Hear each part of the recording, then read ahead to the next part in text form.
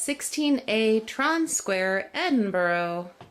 It is Sunday. It is, I believe, 4:50. So, nice shower. We just have to figure out how to use it. Got all the buttons and little things. Towel warmers. Don't you love towel warmers? I'm going to go back to wanting a towel warmer. Bedding. Only in the UK. Couch folds out. We have a washing machine, no dryer. So I'm filming now because this place is not going to be pretty in a little bit. Pam, I think you've got a cloak closet. No, it doesn't open. Oh, it doesn't. So let's go to the department store. Okay, all British TV. Woo, all in English. Yeah, all in English. So life is good. I think we need to rest for a little bit.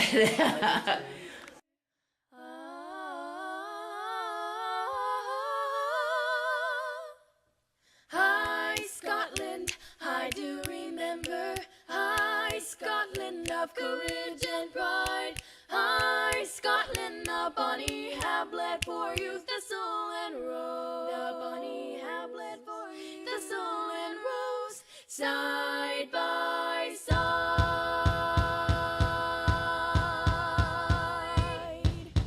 Ah, bonny the banks and bonny the breeze, purple the highland view, sparkle the sun and Loch Lomond, wild and rugged and true. Bonny the banks and bonny the breeze, purple the highland view, sparkle the sun and Loch Lomond, wild and rugged and true. Hi, Scotland, I do remember. Hi, Scotland, wild and rugged and tried.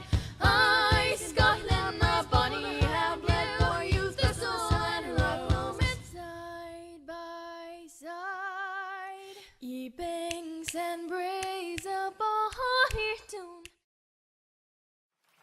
thistle and rose, side by side.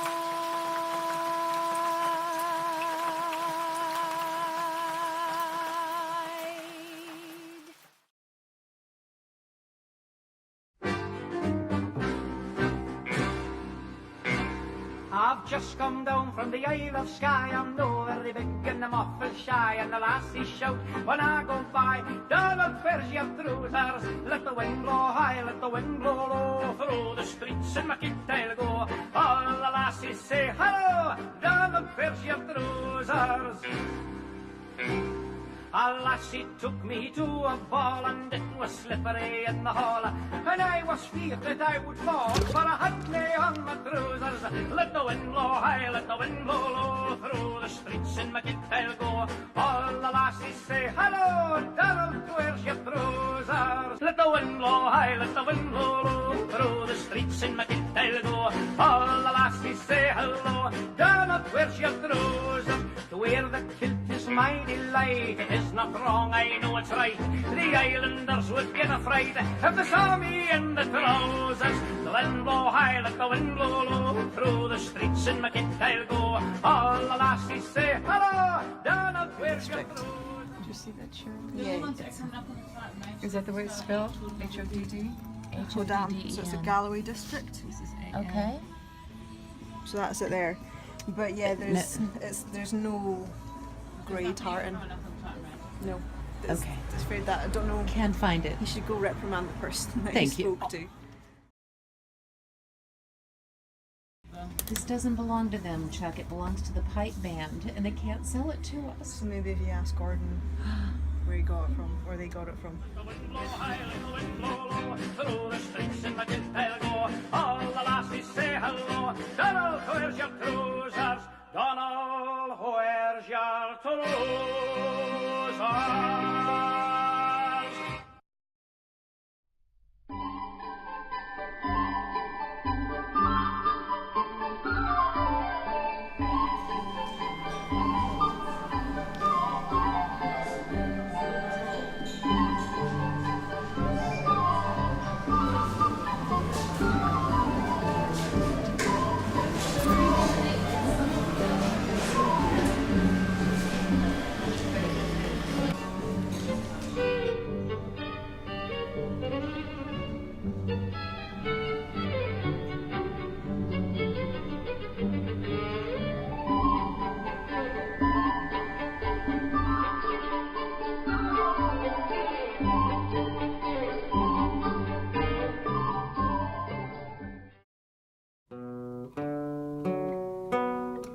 need to be made aware of.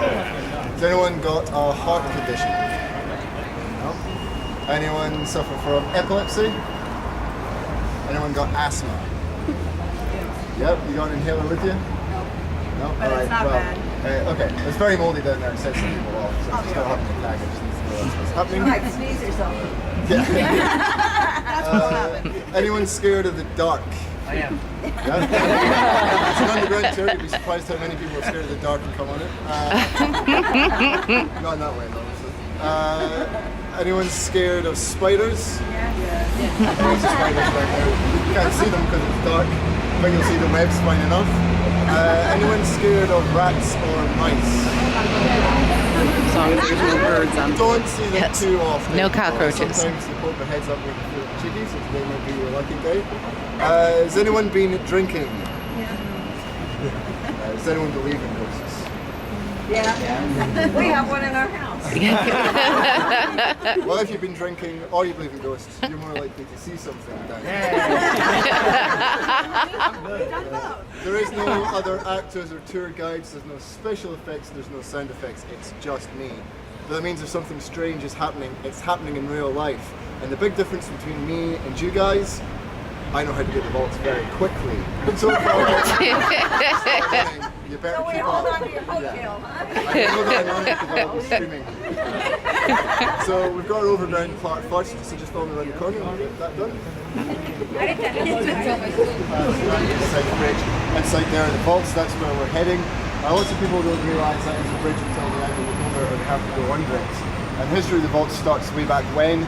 Where we are now is old town of Edinburgh. At one point it was all of Edinburgh. And it was all contained within the Flodden Wall, which had been built after the Battle of Flodden to protect the city from any English invasions. But the walls were only half a mile long and half a mile in diameter, which isn't a lot of space for a city to exist within. So the rich and the poor had to live very close together in the same buildings. So the buildings in Old Town now, they're all about 3 to 7 stories high. But if you visited in the 1700s, they could reach 14 stories high, which made them some of the tallest structures in Europe. But they were made out of timber, which means they could collapse under their own weight, they could fall over in a high wind, and if one of them started to burn, they all started to burn. The fires would rage for days on end. So after the Act of the Union in 1707, no more fear of an English invasion, and the city started to expand. And that's how we got Newtown over there. So the rich could build and buy houses out there, but the poor were stuck here in the kind of slum area. It wasn't very pleasant to spend any of your time here. But there's a major issue trying to get around Edinburgh. It's still an issue to this very day. Any idea what it might be? Hills, yeah. Edinburgh's built on 7 hills, so it's easy to defend but tricky to traverse, especially when it's icy. Now it doesn't seem that bad now that we've added the bridges and tried to level out the ground as best as possible. But don't let that fool you. Edinburgh's the only city in the world where you walk from your house to the pub and it's uphill all the way. When you get out of the pub and walk back home, it's uphill all the way. So let's say you're a doctor and you live in Newtown. Well, that means you'd work at the dome-like structure up there. That's the old Royal College, that's what the hospital was, that's where you trained to be a doctor. So to get to work, you had to come up a hill, you had to go down a hill, you had to go up a hill. It's very difficult back then. But more importantly, this valley down here is the site of the cowgate. So in the morning, you used to open the gates and drive the cows through to the grass lodge, and there they'd be sold and slaughtered. Meaning that valley was covered in everything that you imagine that cattle can produce when they're literally shit scared. So the doctors were wading in the sewage before they were going up the hill into the hospital, taking all the sewage with them on their boots and the coats, causing lots of diseases and problems. So to stop that from happening and to make it easier to get from this hill to the next, they built South Bridge. Commissioned in 1786, and it was ready to be opened to the public in 1788. And they decided that the oldest woman in Edinburgh should be the first person to cross it. But she died 3 days before the opening ceremony. So they plunked her in a coffin and she crossed it in that instead. This led the Edinburgh citizens to believe that the bridge was cursed from the very get-go, and most people wouldn't walk on it. They'd actually prefer to walk on the sewage on either side. Now within the bridge is the vaults, and they had been built as storage for the merchants that had their shops above here. Very popular idea in continental Europe, especially Italy. And if you haven't got a lot of space, it utilises the space effectively. But there's some big differences between Scotland and Italy. Namely, in Scotland, the food's not nearly as nice, the women aren't nearly as pretty, and it rains almost all the time. They didn't waterproof the bridge and they used limestone, which is a porous material. So when it rains, all the water seeps through and it was destroying all the stock the merchants were keeping in there. So they only lasted a year. When they moved out, the poor and the destitute moved in, and lots of horrible things happened to them down there. To get there, we're going to go around St Giles, we're going to go down an old close, we're going to go through the Cowgate, and then we're going to go under Southbridge Arch. It's the only visible arch of Southbridge. There's 19 altogether, but the rest of them are all hidden in tenement buildings, pubs and clubs. So, follow me around this way. So this is the Market Cross, and it's not Meerkat like a lot of people say. Market's in Old Scotland, it just means market. They built this the same year the top hat was invented. And the first person to wear the top hat was arrested for wearing a tall, illustrious structure designed to frighten those of a timid nature. But before that, it used to be a large wooden cross. And this was the centre of Edinburgh. So if you had something important to say, you'd say it here. The king had died, the prince had been born. If you wanted to make an example of someone, you'd also do it here. Fear the Lord, fear the law was a very common phrase in Scotland. And even if you weren't a God-fearing person, you'd hold your Bible tight at night and pray you didn't fall foul of the law, as the tiniest crime was met with the harshest of punishments. For stealing something like a loaf of bread, they'd bring you here, cut off your ears and give you 30 lashes. For blaspheming, your first offence, you'd be forced to sit on the stool of repentance, which was a chair with a big spike in it. And every time you passed the stool after that, you'd repent pretty heartily. The next offence would vary, but for your third offence, they would just get your tongue and then nail it to the wooden cross. And then we'd leave you there for 5-6 hours. When your time was done, they would just grab your head and yank it off, leaving the tongue where it was. Then they'd get a hot iron and cauterise the wound to make sure you didn't bleed out. And after that day, you wouldn't blaspheme again. You wouldn't say anything again. Now, corporal punishment was basically a form of popular entertainment back then. Most people couldn't read, so there wasn't a lot of books, there was no film, there was no television. It was fun for all the family on a Friday and Saturday afternoon. And the most popular form of this was hanging. I'll take you around the corner to where that used to happen. Midlothian, epicentre of the Midlothian area. Old tradition, as you're walking past, you're meant to spit in it for good luck. It is bad luck to stand in the middle of it, mostly because someone will gobble your shoe while you're standing there. These brass markers give you an indication of where the toll booth jail used to stand. Inside there, that's where they keep prisoners, carry out any torture if need be. Out in the parapets, we leave heads and spikes, etc. This is where they carry out any hangings, and people would spit in it to show disdain for the government. And we kind of just kept it up ever since. Now, most of the hanging you've seen in film and television has probably been the long drop. So the body almost hits terminal velocity and it breaks the neck, and it's very quick and easy. That wasn't popular until the 1800s. So before then, they used to use the short drop. You'd stand here on a stool with a noose around your neck, and then it would kick the stool from underneath your feet, meaning your body weight did all the hard work. Now, if you were extremely lucky, you'd sever an artery and you'd drown in your own blood. But for most people, it would take them 20 minutes to expire, and that whole time they would be doing the hangman's jig. There's also big business as well. For a good hanging, you get people selling pig knuckles, periwinkles, parts of the person that was going to be hanged. It was believed if you were a woman and you shook the hand of a dead man, you wouldn't get pregnant for 2 years.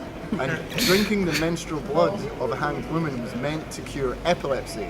So there would just be queues of people waiting to do one of these two things. One guy found out you don't cut down a body too quickly, much to his detriment. And this guy was called John Porteous, and he was head of the city guard. Now they hung a smuggler. In a very popular hanging, he died within 5 minutes. John Porteous wanted to get on with the rest of his day, so he cut down the body. And the crowd started to get upset. So, to disperse them, he told the guard to fire warning shots up into the air. But the bullets went straight to the houses over here, wounding the people that were standing and watching. This turned the crowd into a full-blown riot, and he ordered the guard to fire into them. He killed 6 people, wounded 30. He was arrested and charged for murder, but he had friends in high places and he got a personal pardon from the Prime Minister himself. So, Edinburgh citizens decided to take the law into their own hands. They broke into Tollbooth jail in the dead of night, dragged him out by his night shirt, took him down to the grass market, and there they hung him up on a dryer's pole. But he wasn't dying quick enough, so they brought him back down, stripped him naked, put the night shirt around his head, and strung him up again. But when they did it the second time, they forgot to tie his hands back together, so he was grasping at the noose, desperate for air. To sort this problem, they brought him back down again, and with a large wooden hammer, broke both of his arms and strung him up for the third and final time. And after that day, the head of the town guard always made sure that Edinburgh citizens were satisfied before they cut down a body. And we're going around St Giles this way. So this is St Giles. There's been a church standing on that site of one sort or the other for more than 900 years. And this car park used to be the main graveyard of Edinburgh. But by the time of the 1600s, there were so many bodies in the ground that when it was cold, they would rise to the top. People used to come around and push the arms and legs back down into the ground. So we needed a new graveyard, and that's how we got Greyfriars Kirk. But they needed to get all the bodies from here to there. So the old rumour goes the way that they achieved this is by putting the bodies into catapults. No, that isn't true. They used a horse and cart and a wheelbarrow, but when I was growing up at school, that is what they taught me. And I was foolish enough to believe it for many years. A couple of people still buried here, but the only one that we know the name of is John Knox, number 23. Very important man in Scottish history. He's the great reformer. He's why we're Presbyterian, not Anglican like in England. So he had a lasting impact in Scottish culture, the way we think, etc. Now, we're not 100% sure why they didn't move his body. He was a very grumpy man. Some people claim that if they tried to wake him up, he'd get up and slap them. This used to be the Parliament. This is now Chambers of Law, and apparently lawyers and judges have arguments and even an occasional fist fight about who gets to park at number 23. And we're going around this way.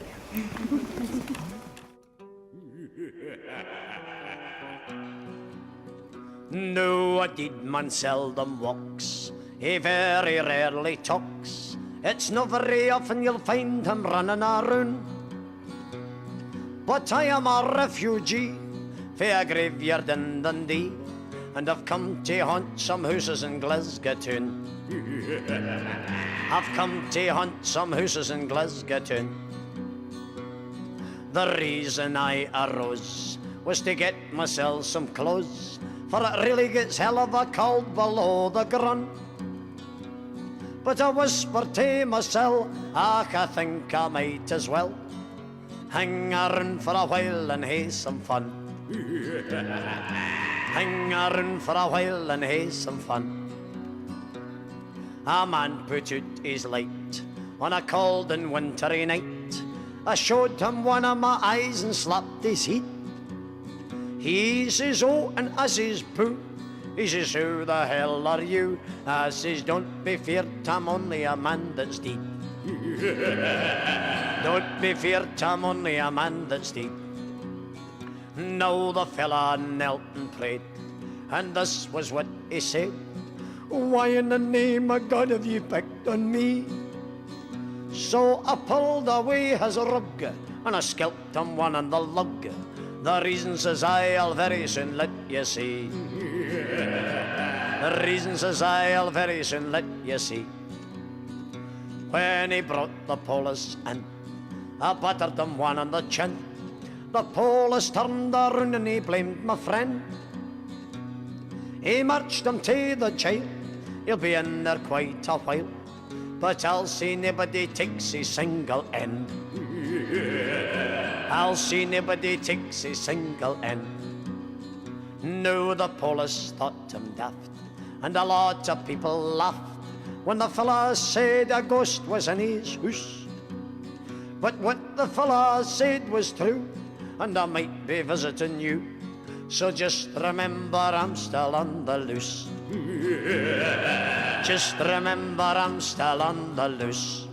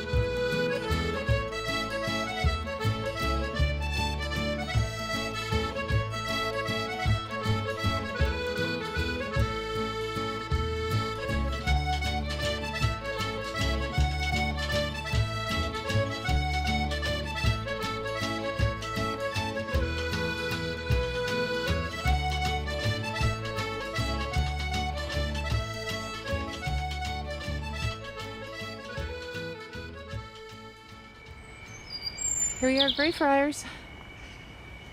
And all the birdies. And it's a gorgeous day. It is not Greyfriars weather. Darn. Should be a little dismal.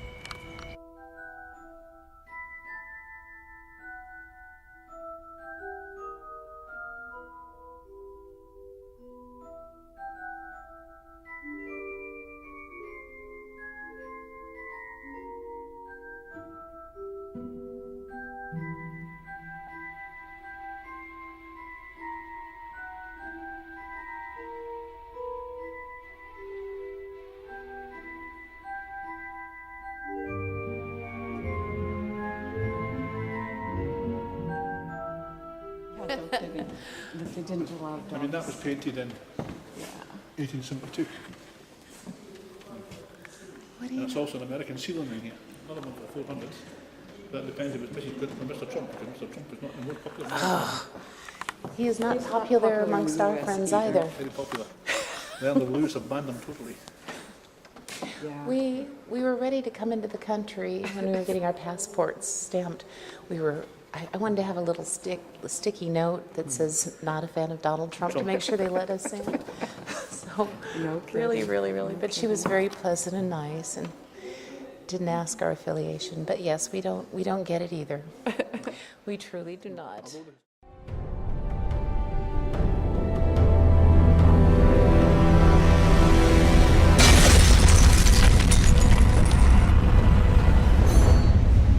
Follow the rats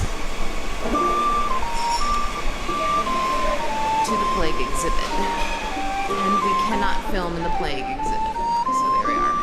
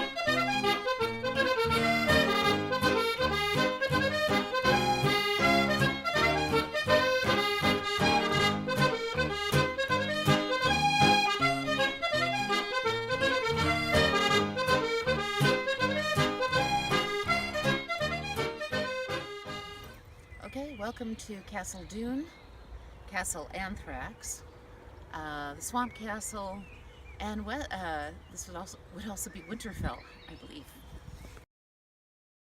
We're knights of the round table, we dance where we're able. We do routines to call a scene to footwork impeccable. We dine well here in Camelot, we eat ham and jam and spam a lot.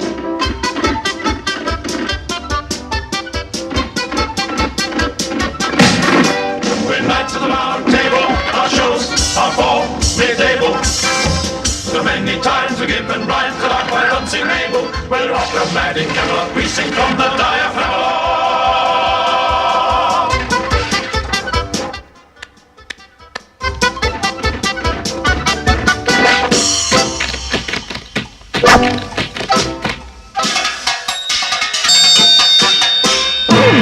We're tough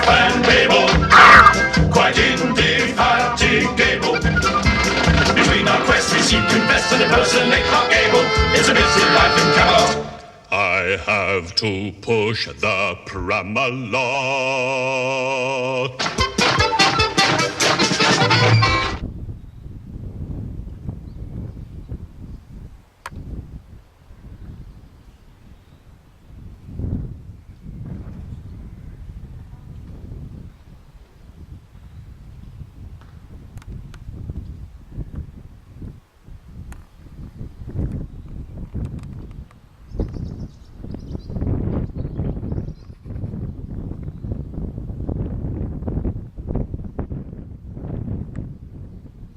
Sort of exit.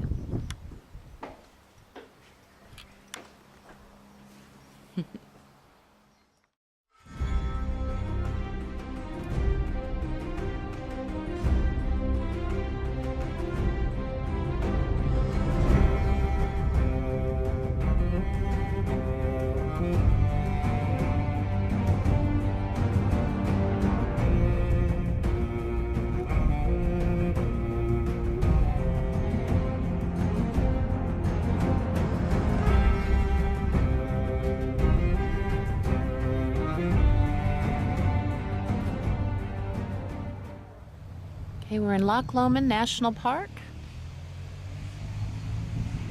On our way to Hotel Ballyhoolish. And you gotta love that name, but even more than that, you gotta love this.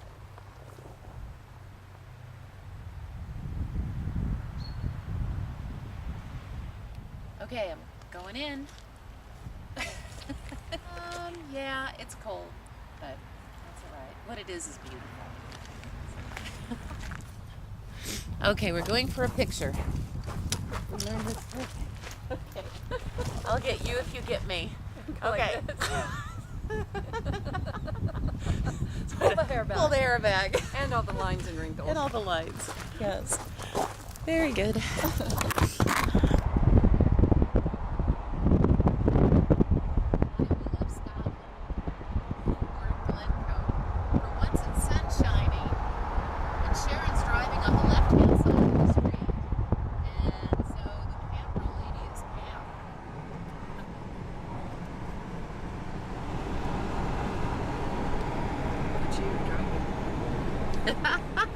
This is Sharon driving. I'm driving. Oh my gosh. Concentrating on the left-hand side of the road.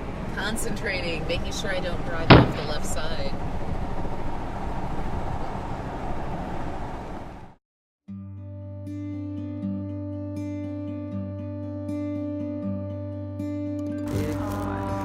Oh, they're posing. Get it, For the lights in the city are like diamonds. The street lamps, the signs, and the cars. Though it's bright in this city, what are diamonds? When they're turning out all of our stars. Would you gang to the healings, Lazy Lindsay? Would you gang to the healings with me? Would you gang to the healings, Lazy Lindsay? My bride and my darling to be. It's so loud in this town, Lazy Lindsay. The worry and the working and the noise. Now we can hear the birds when they're singing, and the river it's losing its voice. Would you gang to the healings, Lazy Lindsay? Would you gang to the healings with me? Would you gang to the healings, Lazy Lindsay? My pride and my darling. So, say that again. What? I will say that again. I Sorry. said I'm stuffed. It was so friggin' good. Yes, it was. But I'm not videotaping Pam because we're just too tired. Yes, and it looks So. like the wrath of God. No, she doesn't. Yes, I do. No, she doesn't. This is I'm actually gonna how to do this. Here we go. I'm reading this email from Congressman Brad Ashford. It says, bringing Nebraska values to DC. And I'm like, what values might those be? Bigotry, racism, Now, Pam intolerance. is going to enjoy that nice deep tub tonight because poor thing has had nothing but showers and she needs something for her to just kind of soak in. So, yay.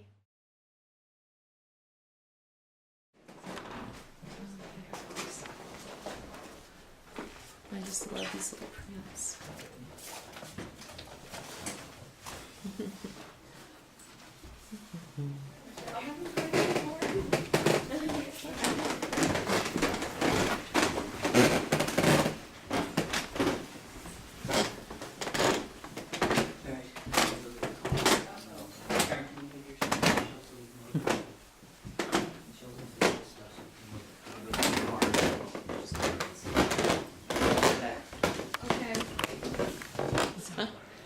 That's interesting, the big screen TV on the grand piano.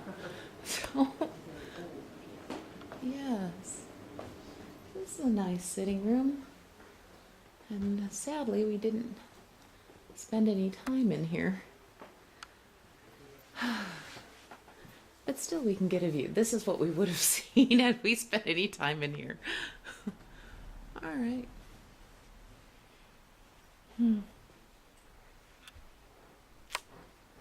So 2:13. Next time we reserve the haunted room, we just, you know, yeah. That can't. That's not. Yes, it is. It is. Really? It's George? Okay. I was just thinking. That is our George, yes. Okay. It looked like him, but I thought, well, they probably all look like that in a powdered wig. Yeah. Okay. Just to kind of get. Somebody might step on him or serve him for dinner tomorrow or tonight. Run away, little guy. Very nice. Oh, now, Pam, there's parking spaces. Well, but we're down here. There's our hotel. Now to do the touristy thing. We were in the back, the Swedish tank. Now see, this is what, when I think of the Highlands, this is a little more of what I expected. They said Fort Williams is the capital of the Western Highlands. Oh, okay. Huh. But yes, this is what I expect. Not bright, sunshiny, happy, touristy weather.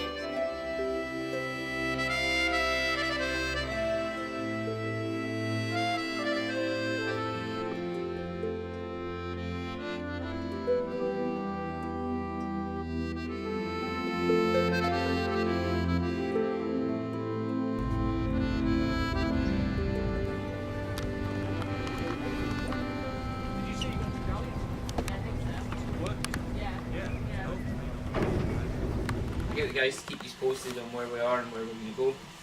But I think the general feeling is I'll try and head out towards Cairns of Call here, which is this little group of islands up on the north end of Call. We've also got 2 life rings either side of the boat there in case anyone falls overboard, but please don't. As I say, just as a general rule, just keep one hand for the boat and one for yourself.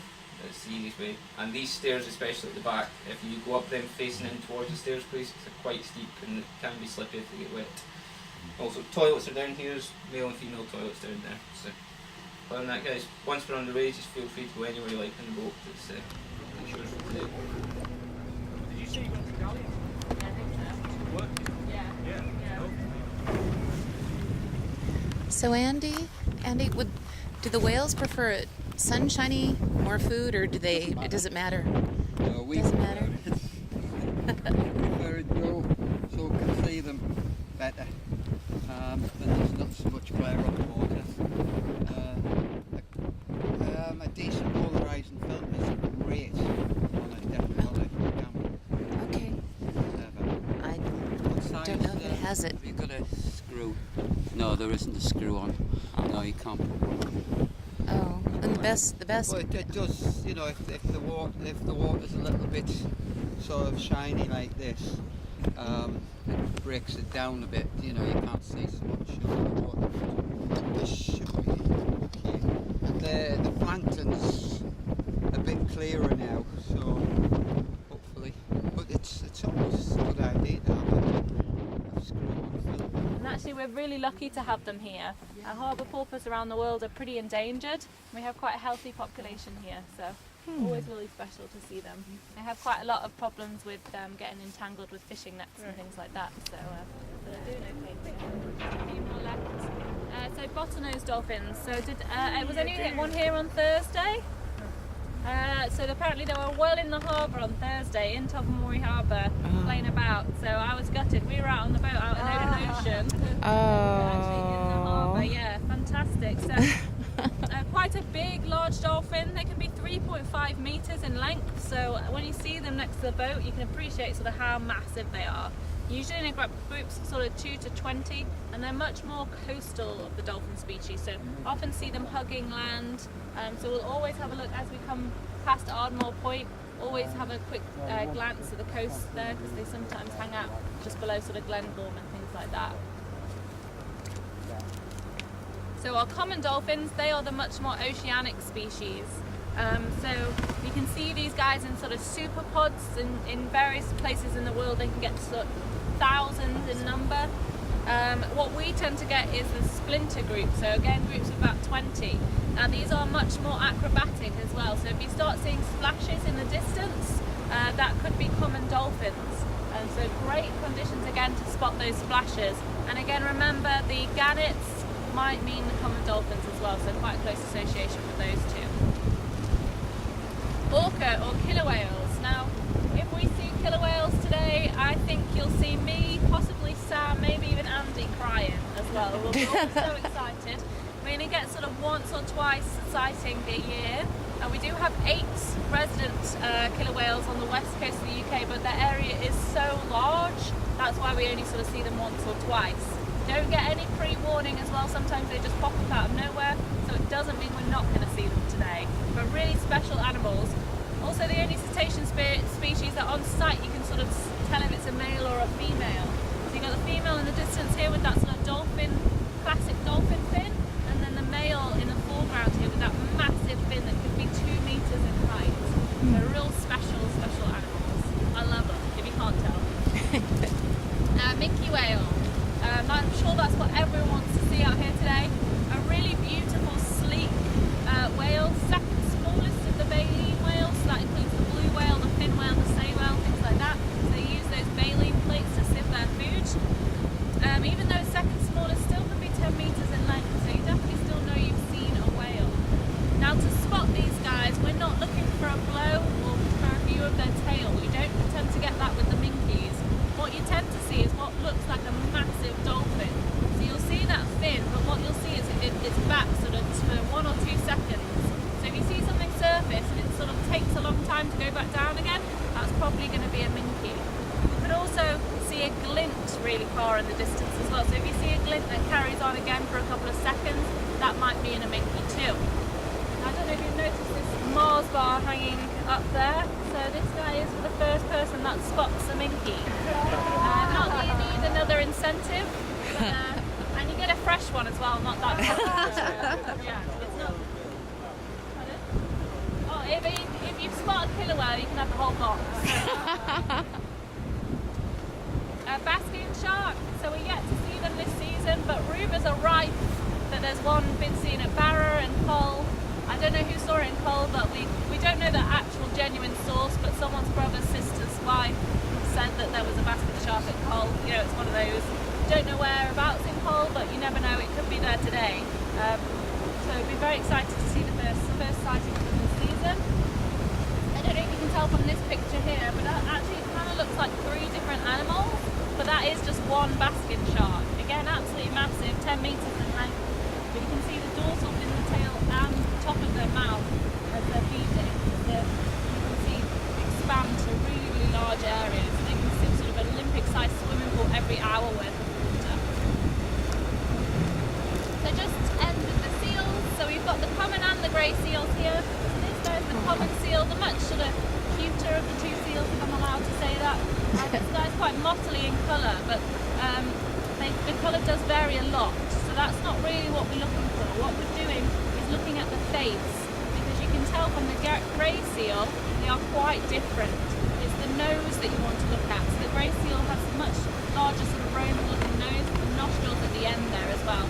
Tend to be a little bit larger and confusingly more common than the common seal in Scotland. The common seal is more common geographically around the world, which is why they get their name, but in Scotland we're more likely to see the grey seals out here. But again, if we get over to the Cairns of Col for lunchtime, you can often see both of the types called out over there. So, and they come and check you out when you're eating your lunch and stuff. So yeah, that's all the species. But I mean, we're in such an amazing part of the world that we get all sorts out here. So if there's anything that you spot, you don't know what it is, come and ask me. My name's Becky. And if I don't know, then I'll ask Emily, and that's usually how it works.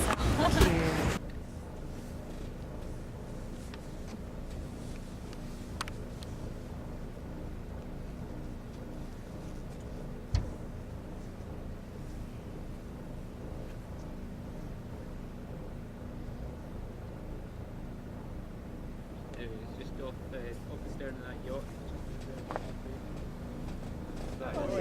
There.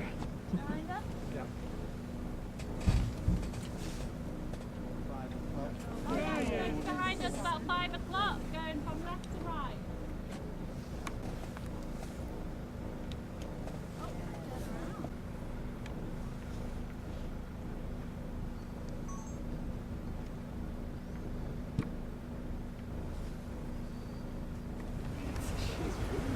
Oh, what a sheep. Oh.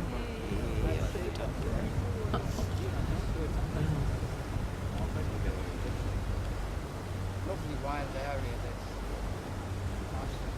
Perfect.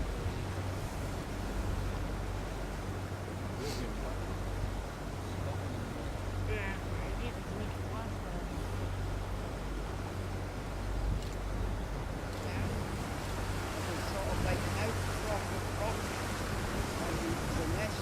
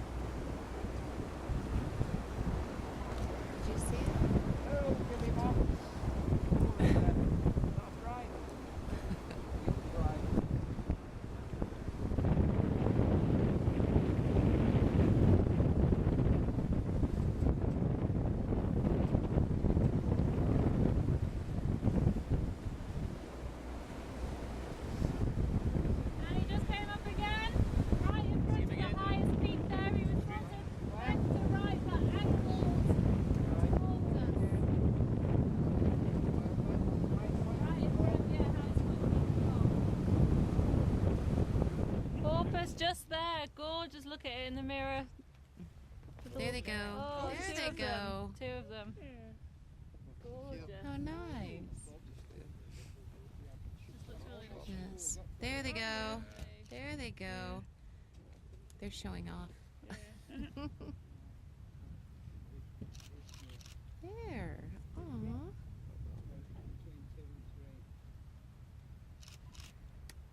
I was just saying that the conditions out here today, you get sort of maybe 4 or 5 days a year like this.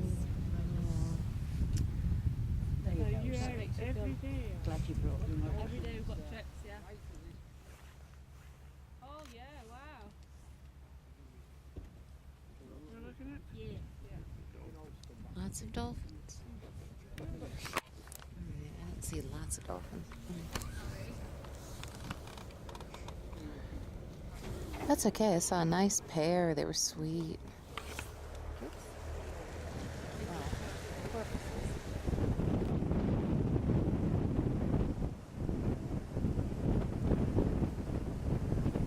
He's great because he has a long nose. She can see that.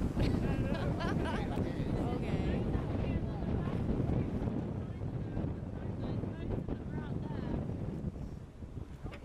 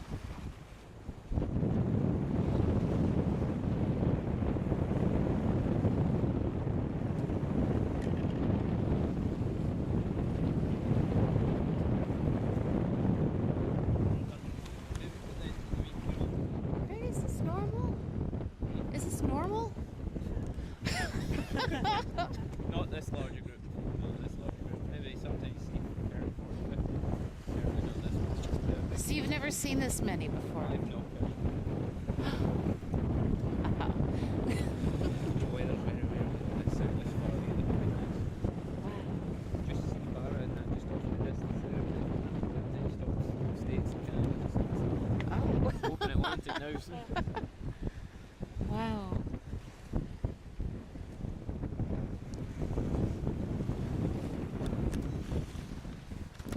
You can't imagine.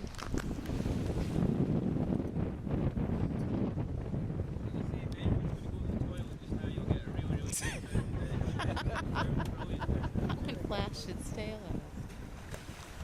Oh, look at that one. Hello? No, there was one, he was flapping his tail. You almost, there's a timing to it when they come out.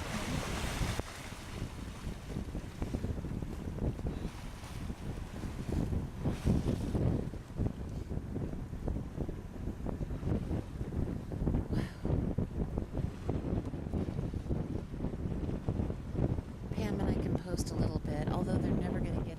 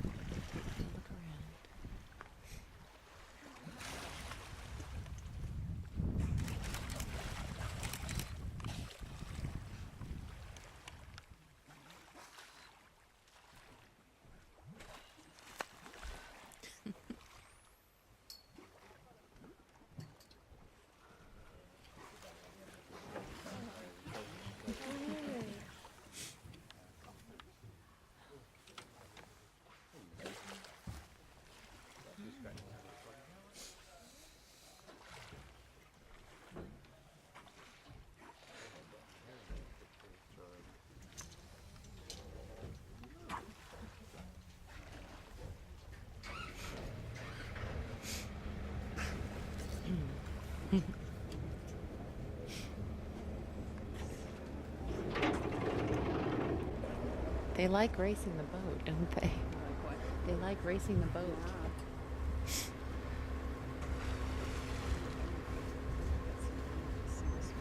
No, he said no. Yeah, well, he said he's never seen this many.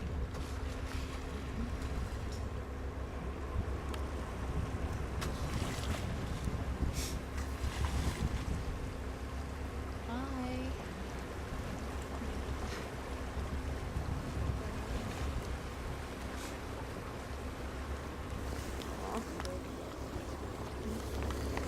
I've been gripping this camera so hard, my hands are numb. Ugh, my fingers are numb. Oh, bye-bye. I know. Here it comes again. Oh. Hi. And we'll see they're flashing, they're slapping their tail. It's more than just swimming.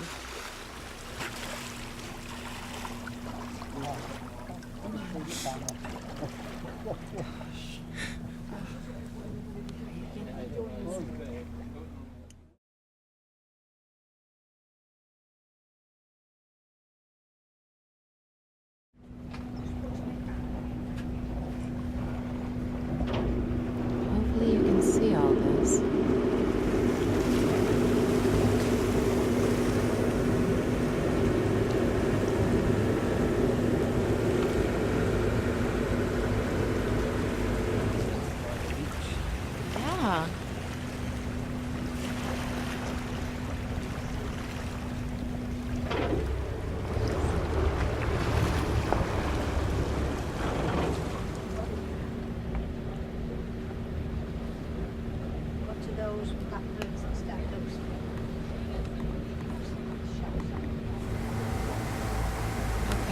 this is working. Poppin'. And he dived. Little stinker. Okay, Yeah, so that's Nubble. So Casey, we think is a female because she's been seen with 2 calves, but again, that's the only, way we can tell.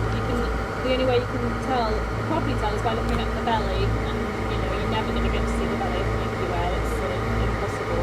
So it's a lot of guesswork with minkies. They're quite elusive. So yeah, we're always lucky to see them. As I say, they just don't really come around. And if we can get a picture, I've failed today, unfortunately, but we'll try and add its catalogue. There's just been a study actually. They've just compared this catalogue here to the ones in Iceland and Norway to see if they go there maybe, and they found no matches at all, which I'm quite interested. I didn't expect that. I thought there'd be matches, but also a good thing because Norway and Iceland hunt the minke whales there, so at least we know our whales are okay and they don't have that kind of threat.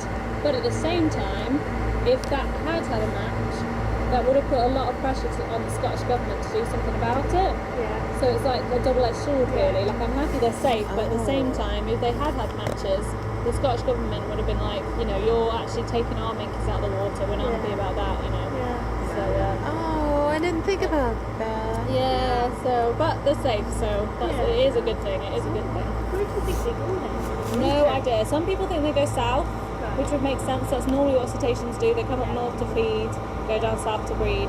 But some people actually think they do go up north and go up to Antarctic and stuff. So no idea, actually. Yeah, I wish I knew more. It sounds like I don't know what I'm talking about, but genuinely, because people don't. It's kind of cool. I think if we could find out where they breed, I think that would be important. And then if you could just protect the areas where they feed and when they breed, I think that's job done. I don't think you need to know everything about them. I think that is actually quite nice. There's a bit of a mystery, but I think as long as you're protecting the important sort of life cycle areas,